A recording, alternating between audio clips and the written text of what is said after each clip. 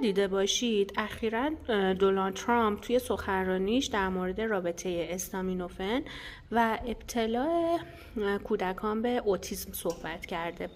طبق تحقیقی که من انجام دادم و حالا مطالعاتی که بررسی کردم، هیچ اثر اثبات شده ای بین این دوتا وجود نداره و اصلا اوتیسم یک سری علل هایی داره که بهش میگن علل های پلیژنتیک، یعنی علل هایی که چندین عامل درش دخیله و استامینوفن اگر هم نقش داشته باشه به خاطر اینه که ممکنه مادر در دوران بارداری به مشکلاتی بر بخوره که باعث بشه استامینوفن مصرف بکنه و اون مشکلات ممکنه باعث اوتیسم بشه.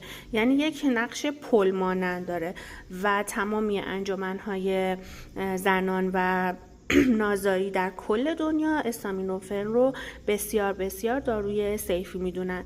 به نظر میرسه که این حرف ترامپ هم مثل بقیه حرفاش بیشتر به خاطر حاشیه سازی های رسانه‌ای باشه. حالا بازم باید دید.